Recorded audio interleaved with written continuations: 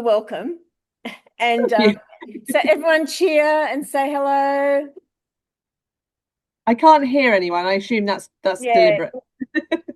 they were cheering, trust me. You would have seen them. They were wave. Yeah, that's good. At least then you know that they can hear you. So I really enjoyed, I've read the Tiffany Aching book and it was just really good. Um, Thanks. I just whose idea was it? Where did you get the idea from to create Tiffany Aching's book? I can't remember whether it was Rob or Alex or sort of a combination of the two of them that basically pitched the title to me of Tiffany Aching's Guide to Being a Witch. Yeah, And because it's 20 years, or it was 20 years since the publication of We Free Men. So I think the publishers were interested in something to celebrate that. yeah, And uh, as Rob pitched it to me, and I thought, yeah, that'd be great because I've done quite a lot of work in the Tiffany space. Like I have adapted We Free Men to film, I have adapted it to TV, I've now just adapted it to graphic novel. So it's like the Tiffany books are, and the witches books in general are probably my favorite of Dad's books. yeah, And so I was and Rob knew that I was basically all over the witches. So I said, yeah, this would be great, but I think Gab would love to get in on this as well because Gabrielle and I have known each other we've just celebrated, I think maybe last year, our 20-year anniversary of friendship. oh, nice. So I met, well, Gabrielle had met my dad before I met Gabrielle, actually, because Oh, she wow. was a big fan. I'll leave the story of how she met my dad to her, assuming she's going to turn up and hasn't fallen off a mountain. Yeah. And yeah, no, we've been friends for 20 years. We both have worked at one point in the games industry, and that's originally how we met. Yeah. And Gabrielle is a fantastic writer in her own right, and she also works for Narrativia, for Bits for Done Manifesting, and for Big We Had, which is my own little production company that I started up recently. Yeah. So you're talking about the We Free Men. Um, we were talking to Rob just a couple of hours ago, and we were asking him, was there anything that he was disappointed that hadn't come to fruition because of Terry's death? And he said, ask you about We Free Men, and that you would might have been disappointed that was a project that didn't go ahead. Oh, I'm wondering, like, I wonder what he's talking about actually. Well, I mean, yeah, In his head, it probably meant a lot. no, I'm trying to think what happened, what was specifically that. I mean, I think we're disappointed we haven't been able to get We Free Men sort of off the ground. It didn't work out with the Hensons, which I guess people have worked out by now because it was announced, that we were working with the Hensons a long time Yeah, ago, and we did go through the process of working. It never sort of went anywhere, yeah, and we sort of kind of took the rights back. But it was a great exercise in adapting for me. So I've adapted before. I've adapted other books before, like not nothing to do with my dad's books. So I had some experience in adaptation at the time, and working with the Hensons was really fun. But it's a difficult industry. It really is, and it was then. It's still, if not worse now. mm, And we still haven't been able to get the Tiffany series that we'd like. Like I have a screenplay for We Free Men. I have the first pilot for a TV series for We Free Men, and it's like we haven't been able to find the right home for it yet.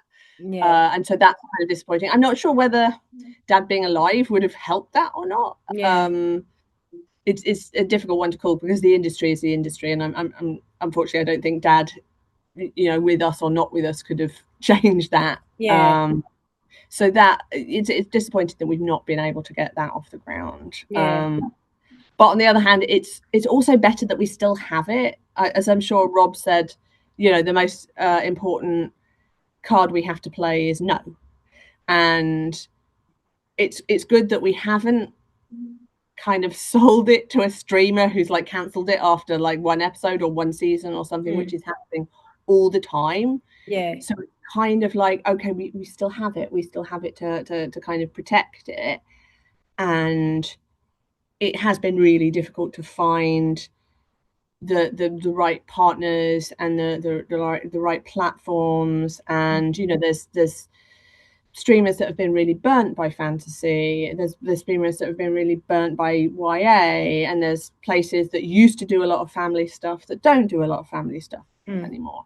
And so it's a really difficult climate to navigate. And you know, we've obviously done The Watch, which I think people will kind of know more or less how Rob and I felt about that. We done The Amazing Morris, which did pretty well. We've announced The Amazing Morris 2, and obviously Good Omens. But we done, and there's sort of smaller projects like The Abominable Snow Baby. Done Manifesting has been, you know, rocking on, doing things like designing Discworld and Tiffany Aiking's Guide. Obviously that was put together by Done Manifesting, so Alex was sort of responsible for working with Gabrielle and I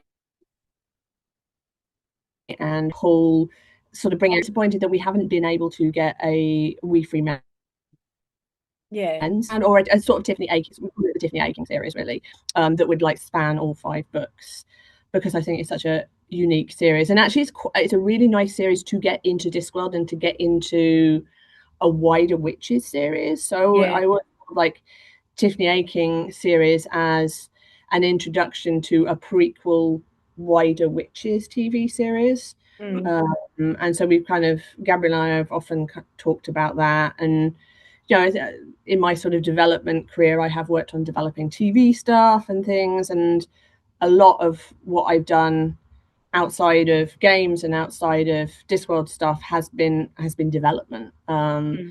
But you can spend a lot of time doing development and not actually get anything made. But so, yeah, it's not having found a good home for things yet is disappointing, but it's not as disappointing as finding a bad home for something. Well, that's true. Yeah. We have Gabrielle. Hello. She come in. There she is. Yay. Everybody, this is Gabrielle Kent. Give her a wave. I can't believe, I won't even go into the amount of trouble it has been. I've been trying for the last hour. I was genuinely worried that you'd fallen off a mountain. Yeah, Rhianna was going, yeah, she's fallen off a mountain, that's it. I was climbing. I managed to get down about half an hour before the talk. I've been working through 2 different phones, 3 different computers, and several different ways of connecting. But you're here now, and that's what counts. Yay! And it was a Discworld fan who runs the climbing centre that I'm at that has helped me get connected. Oh, yeah, see? It's the way. That's the way. You might not hear our audience, but they're going to give you a wave now so that you can see that you're all in. There you go. Well, Dad always used to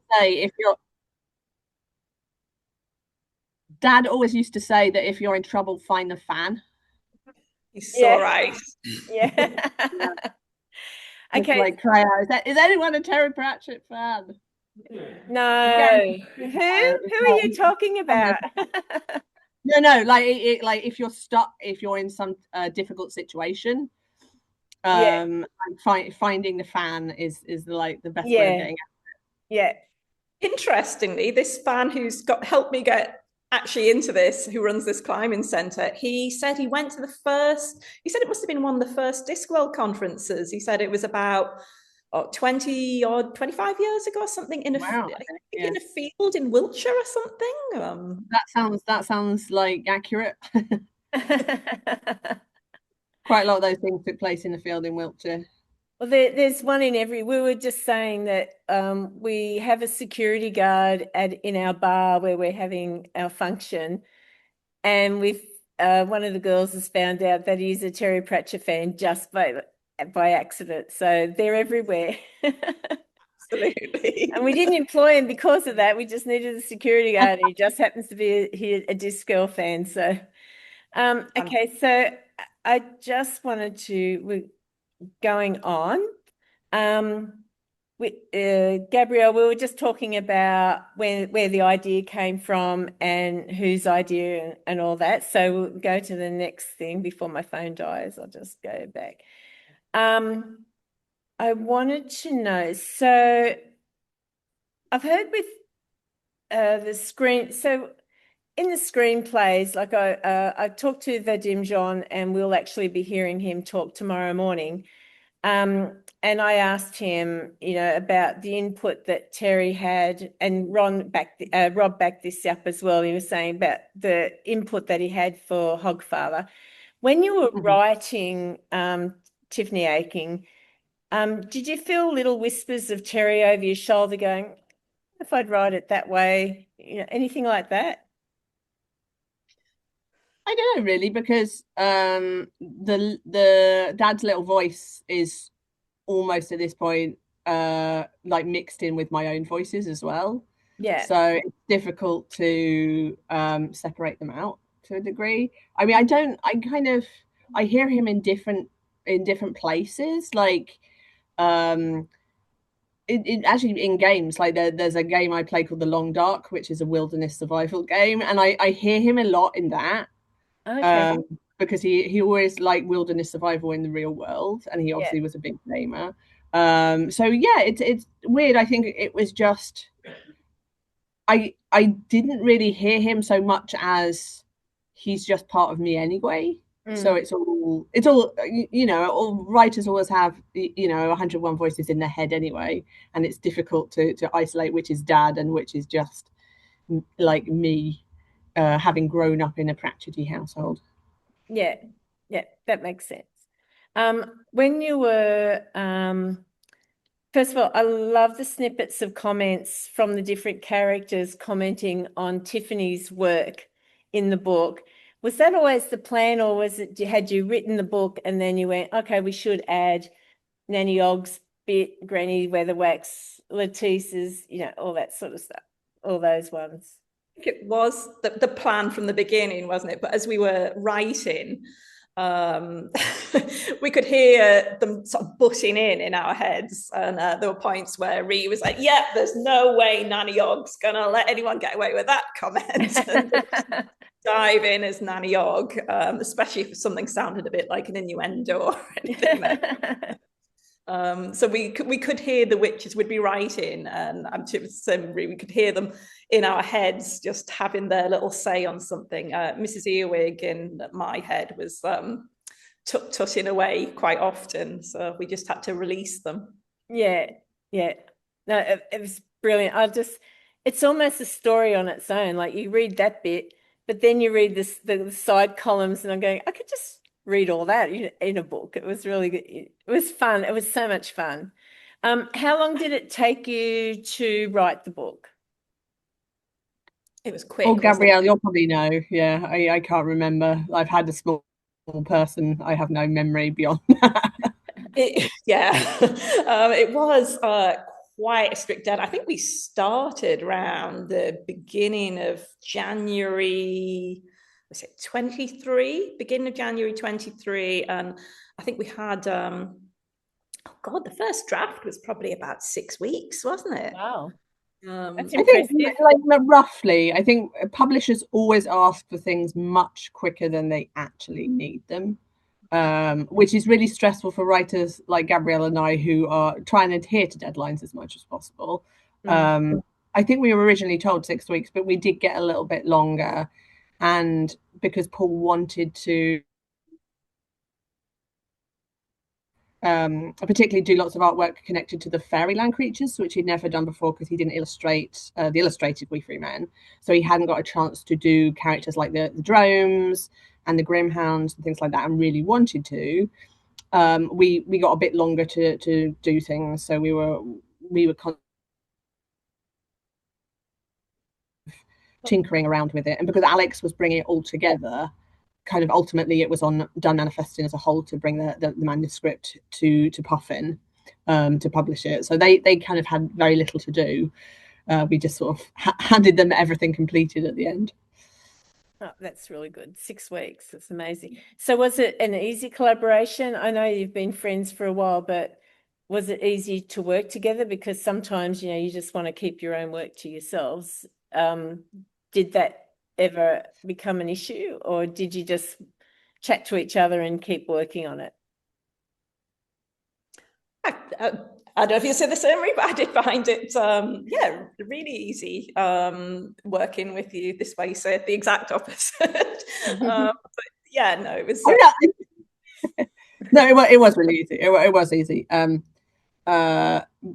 Gabrielle is more of a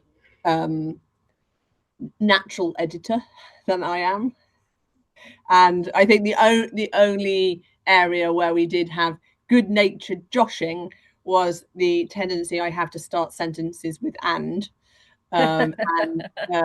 Gabrielle would highlight them in the document and claim she was just counting them, but I think she was just like passively aggressively pointing out. I didn't know you were watching, because the thing is, we did everything in Google Docs. Yeah. So we could actually see each other editing and editing live, basically. And I'd gone in, and I'm fine with sentences starting in and. I just sort of limit them. So I was just highlighting the ands just so I could count them without realizing Rhianna was in the document watching, highlighting all of her ands. But yeah, I think Gabrielle would we saw the birth of jokes and things like that between us. Write a bit, delete a bit, go. Yeah. That's hilarious. Is there any plan for you to collaborate on any more Discworld style books? Like based on anyone like the Wizards or the other witches or any of those? We'd like to. Can we say separate things within Discworld? Yeah. But we're trying to find like the next and Gabrielle works with us with me on Big Wee Hag and with Narrativia, so we're constantly kind of working on things together, but nothing quite like Tiffany Aking's Guide at the moment. But we would like to, but I think we sort of came out of the gate with the most perfect thing for us at the moment. But yeah, like we are doing separate things and together things, but nothing quite like Tiffany Aking's Guide. Yeah, but yeah, I know what you're saying with you pointing out the wizards there and guards. I mean, of course, they would make great great guides. But I think like Rhianna's saying, I think the witches are just perfect, and we did so much deep diving into the witches across. Obviously there's the 11 books with the witches in, but there's lots of mentions in across the whole. How many Discworld books? 51? Is it? No, I can't remember. There's a lot. I know I should. The official amount is lots. It depends if you're counting the sort of tie-in books as well and things like the cookbook. Yeah, just the Discworld series, but we were diving into those as well and kind of pulling out all references. Yeah, because I think in those, so a few of them do have references to witches, even if they aren't. Yeah, I think the witches are kind of the most tied in characters throughout the entire series, aren't they? Yeah. You were saying it took 6 weeks to write. Were you just working on it all day, every day? Or did you have a set writing period that you're writing? Or, like some authors will go, okay, I'm going to do 2,000 words today. And then they try and achieve that. And it can take them anywhere between half an hour to do that. Or it might take them all day to do that. What did that look like for you guys? I was writing most days, I think. Yeah, I think because it was such a strict deadline, we were not necessarily at the same times of day. We were, would kind of pop in and see the other one had done a bit more. And we worked on separate chapters. It was so easy to divide up the separate chapters, so we'd each be kind of pootling away on our own chapters. And then checking. We had the odd check-in, didn't we? Where days where we'd spend maybe and we read things out to each other. I do think, in fairness, we got more than 6 weeks. I think Yeah. we were told 6 weeks, but then things ended up being stretched because you've also got to wait for the artist and Paul is such a kind of dedicated from scratch for everything new artist that it's that was taking time, and so that gave us a little bit more time to do things. But it was still sort of fairly quick. But yeah, I don't remember being as squeezed as I thought we were going to be. But I think because we, as Gabrielle said, as we divided the chapters out between us, we basically did a Google Docs list of everything we could think of for chapters, and just divided them out between us. And there was occasions where we realized that a chapter might need to be split, or like a sort of sub chapter. So for example, I think the We Free Men was originally down in Companions and Familiars, and then I realised that the We Free Men were never going to stand for not having their own chapter, so No, they of course not. I think I can't remember whether Fairyland had their own chapter, or Fairyland became part of another chapter. And that was based on, as I mentioned, Paul wanting to have a go at drawing some of the creatures that he hadn't had an opportunity to do before. Yeah. You wrote him a chapter. Like move. yeah. Maybe I did I think a Fairyland chapter as well.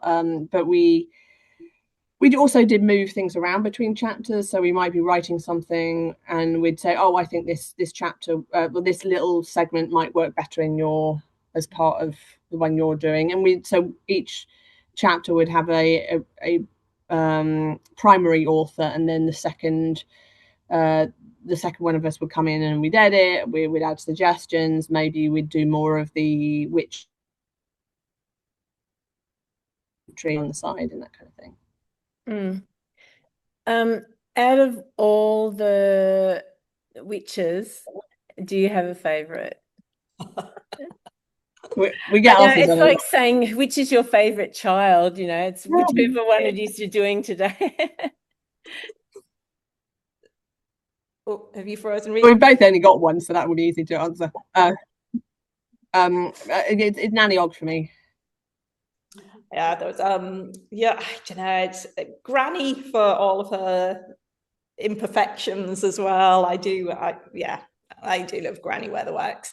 And we were asked in one conference do you have a favorite witch? And why is it Granny Weatherwax? You really embraced your inner Og, I think, right, in this, didn't you? Yeah. Well, now being a mum, I feel I'm very much embracing my out Og as well. We missed that bit. Who are you embracing the most? Gabrielle said I was embracing my inner Og, and I said now being a mum, I'm embracing my outer Og as well. Oh yeah, outer Og. Sorry, you sort of hiccuped in that. Okay, so just moving away from that, how are the graphic novels going? Good. I have finished the script for We Free Men, so it's gone to the artist at the moment. I literally just have to do the acknowledgements page. So I'm not over the adult ones at the moment, but We Free Men has been finished, and that's been a lot of fun to do. And yeah, that's hopefully that will do decently well enough to be able to sort of continue doing the series. And I really like to do some of the adult graphic novels as well, because graphic novels is an area, well, comics in general is an area that I've worked in quite a lot. So I worked on Mirror's Edge comics, on Tomb Raider comics. I've worked for Marvel, DC, and Dark Horse, Kadanshan and Dynamite. I've done a Red Sonja origin story for her chainmail bikini. Yes. And like lots of fun stuff like that, original story in the Attack on Titan world and things like that. So it is a medium I really enjoy. So I hopefully get a chance to continue Tiffany and maybe get a crack at some of the adult novels. Yeah, they're really good. And we're all looking forward to them when we're coming out. Waves. It's a bit hard because you can't hear them clapping, so it makes. Yeah, I can be able to. So we were meant to ask Gabrielle, your experience when you first met Terry. Oh, you heard about this experience. Yeah, so I first met Terry. It was a signing. I believe this was back in 1998. It was a signing for was it Fifth Element? No, but Last Continent, maybe. Fifth Oh, Element. was it Fifth Elephant? I'm trying to remember if it was Fifth Elephant or Last Continent. So yes, I'd gone to this sign-in with my dad, who had filled a backpack with all of the Discworld books. So it's quite a long queue all the way down the street in Newcastle upon Tyne. It was funny. There was a guy in front of us in the queue who looked very Ridcully, and my dad is very Ridcully as well. So it was almost like they were trying to sort of out Ridcully each other all the way to the front of the queue. Terry was very kind and did sign all of my dad's books for him. I don't think he realised that he was with me, and then because I was kind of pretending not to be with him as soon as he brought his books. I was quite gothy at the time, and Terry, we had a little chat. I had an armor ring on, and he did say that his daughter would really love something like that. So I was trying to give him directions to the shop. He said, "Oh yes, so you're a goth, aren't you?" He said, "So I imagine you've got some kind of amazing, sort of fantastical name." It was said with pen poised, ready to sign my book for me. And I said, "Oh yes, it's Carol," which was my name at the time. I haven't changed my first name. And he just looked at me and went, "Carol? What wanker called you Carol?" Look over to my dad, who was putting all of his books away. So yeah, I was at the time thinking of changing my name. That pretty much cemented it for me. I think I'd done it within 2 weeks after the signing. I'd changed my You couldn't. You were this close to being a Perdita. I was. We both suggested that at the same time, and I hadn't read Masquerade at that point, so I didn't know that there was a character, that'll be who he was referring to. But I was thinking there was a Perdita in the book The Witch's Daughter. Was that by Nina Borden? But yeah, I remember that was the name of the character, The Witch's Daughter. I'd read before. So instead of talking to Gabrielle Kent, we could have been talking to Perdita Kent. You could have been extreme. Extreme, yes. Well, that would fit it in with our convention because we're Nullus Anxietas X, so it would have been perfect. Oh, nice. Could have been. Yeah. Yeah. So does anyone have any more questions? Yes. Do you want to come up to the mic and talk? Or no? Do you want to just tell me? Did having the characters to write this book make them change their minds on how they felt about any of them? Okay, so writing the characters into this book, did it change your minds about how you felt about any of them? Did it? I think you became more sympathetic to Lettice Earwig. I think, Gabrielle.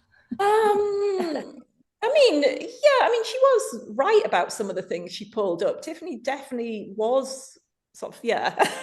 Tiffany did need to be pulled up on a few things. So maybe I kind of lent into that, quite heavily. But yeah, Gabrielle wrote all the Lettice Earwig parts, and if anyone's listened to the Audible version of the book, I voice Lettice Earwig and Gabrielle writes her, so it was a nice kind of combination for that. Oh, that's nice. Now I have to go and get the Audible so I can listen to that. I'm just thinking it'd be almost like Tiffany's first, seconds, and third thoughts going on in her head. She would have one thought, and then in the side that would be all these other thoughts happening, just trying to listen to the Audible, I think. Definitely. But I think it gave us sorry. I think it did give us a stronger understanding of the characters, diving so deeply into them, and we did, I think, come out understanding them quite a bit better, I think, at the end, just by having to live them for a while. And I think so at the start, Gabrielle took the more serious sounding chapters, and I tended to take the kind of more lighter sounding chapters. And I think Gabrielle was able to find the lightness in the more serious side, and I found the more depth in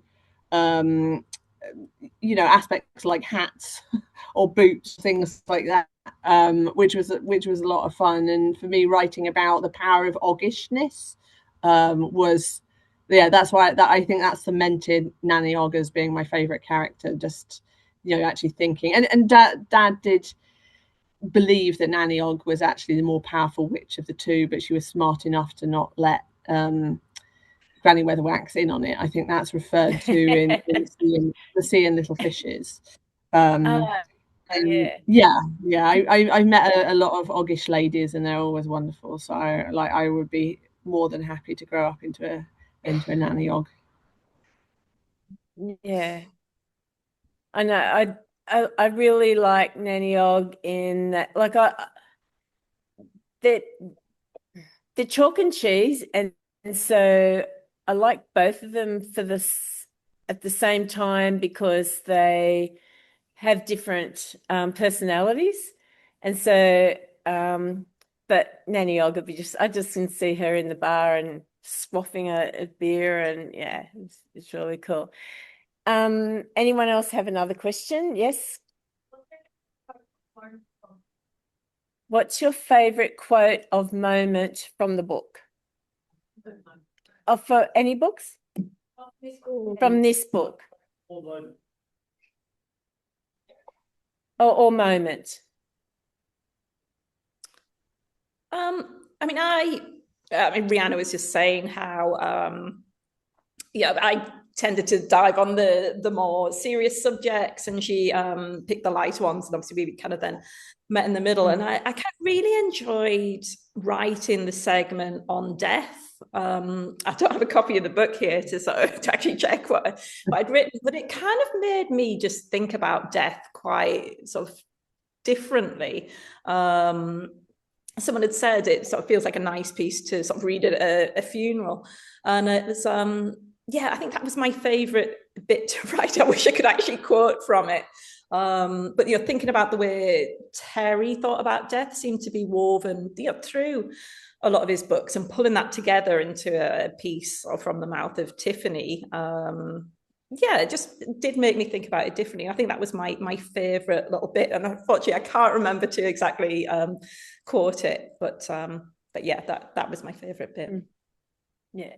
It's very difficult to quote your own words because they're out of your head. Like once the words are out of your head and live on stage, you can't. You don't need to remember them anymore, and you have to make brain space for other things. But I think one of my favorite parts, or at least the bit I remember, was writing about oggishness and how oggishness has a power of its own, and it sort of encircles you like a serpent. And by the time you can smell the tobacco, she's already got you. And that was that was a lot of fun to do, and about her boots and prawn vol au vents and string bags in knickers and all kinds of fun stuff like that. It's I think we probably need to go back and read it, because sometimes when I don't often play the games I work on, but the Overlord games that I wrote with Triumph, like I can't remember anything I wrote, so I can actually play them and laugh at my own lines because I don't remember writing them. Maybe the guide will be like that now. It's nothing better than you write something, you go, oh, that was really funny, I did a really good job on that. Another question, yes, we have from a young person down here. What's the Easter egg in the guide? What's the Douglas Adam Easter egg in the guide? Oh, I did this. No, I think we're waiting on you, Rhianna. Now, Gabrielle, I'm trying to remember. I think it's in. It was a gardening bit, wasn't it? Oh, you're frozen. I think it's She's frozen. to do with also in the fairyland bit, maybe to do with iron, and trowels being made of iron. And I think it was you always need to know where your trowel is. Ah, okay. They've So got a yeah, I was quite pleased with that one. Yeah, thank you for reminding me. Yeah. I forgot about it. So they've got an appreciative moan and then a clap. So that was good. They've gone, oh, okay. Yeah. Okay, next question. Anyone? Sorry. Question though. What was the question? It was about how do we feel about the witch sort of ethos of, you know, the sort of witches being bit in witchcraft being just getting the job done. Is that right? Because no one else will. Yeah, that's what he was thinking. Yes. Yeah, and that's what kind of witches typically were, wasn't it, in the community? Sort of someone who did look after those who needed looking after, healing the sick. And I think that's a great way. I love it in the books that they're kind of the magic is just almost like an afterthought. Anyone can do magic. Not everyone can do the hard jobs that need to be done. And I think that's a great way of looking at it. Because there's so few people willing to do like really kind of roll up the sleeves, do the hard, dirty jobs that that others won't. Because it's about the hard side of humanity. Yeah, it's a hard side of being human, which often we ignore, we don't talk about, is pushed to the shadows and sidelined. And you know, being a witch is about getting to grips with that and getting the job done and doing the job in front of you. And doing the job in front of you became quite a Tiffany mantra as well. And I think we're definitely of that generation, and I know that Gabrielle and I are very influenced by our grandmothers, and certainly my paternal grandmother, although my maternal grandmother was a shepherd, my paternal grandmother I spent a lot of time with. That was my father's mum, and she was very practical, very kind of get the job done, and that was very much came from her side of the family. And yeah, it was that kind of, you know, towards the end of the Second World War ethos and post the war ethos, where you were just rebuilding. You know, you probably gone through some shit during World War II, and you were also rebuilding, you know, your communities and the country and everything like that. And it was a very, both during the war and after the war, I think it was a you know, a very kind of British, getting the job done, doing the jobs in front of you, you know, pulling yourself up by your bootstraps, like getting shit done. That was it felt a very kind of British ethos that was sort of post-war. And that was definitely typified by some of the adults that influenced Dad as he was growing up and writing. So I think that's a lot where that came from. Yeah, we found out my Irish grandmother, my mother's mother, was a farmer, and I realised, she looked after the sheep predominantly. So we kind of suddenly realised we both had shepherd grandmothers, and yes, that Granny Dempsey, she was very much Granny Aiken. And my English grandmother, so my father's mother, was she was an absolute og. She was a complete nanny. She looked after elderly people. So she lived in this sort of flat in the center of this community of retirement homes. And so I would go around the houses with her. So when I went to visit, you know, she would do her rounds where she went around all of the houses, just checked in on them to see if they needed anything, just having a chat with them. And then when I read the Discworld books, I found that was the job of the witches. But yeah, she really was a nanny og, down to, you know, going around the houses. And then also her sense of humor and sort of appetite for Baileys as well. But yeah, it made me look at my grandmother's again as well, in a bit more depth. And yeah, what great women they were. And I think, with us both being so influenced by those grandmothers, it was a joy to bring that into the books. Yeah. Well, I was going to say a lot of people bring in what they know when they're writing, and so even if it's just indirectly, Terry's brought in his mother, and so that's, I think you said it was his mother, yes. So well, it's how I it felt makes a about lot his of mother. sense So for I that think to happen. his grandmother's, I Yeah. think, for Dad, for me, his mother. So I think I had a different relationship to his mum than he had to his mum, but he was very close to his grandmother. Yeah. I can't remember whether it was his Okay. maternal grandmother, Yeah. who I don't think I ever met. But I was close to his mum, and probably at some points closer to his mum than he was. Okay. That makes sense. Yeah. Does anyone else have a question? Yes. Yeah. Someone's coming to the mic. This is Stephen. There you Hello. I was a really big fan of the radio series that Rhianna hosted, Mythical Creatures for the BBC. I was just curious if you were to do more episodes, or Gabrielle, if you were invited to be a host for an episode, what mythical creatures would you really like to explore in this in-depth format where you go and speak to locals who've been brought up with the myths? Thanks. Ooh, like there is. I remember sort of talking to the producers. I think some of the more obscure ones, like I think we touched upon quite broad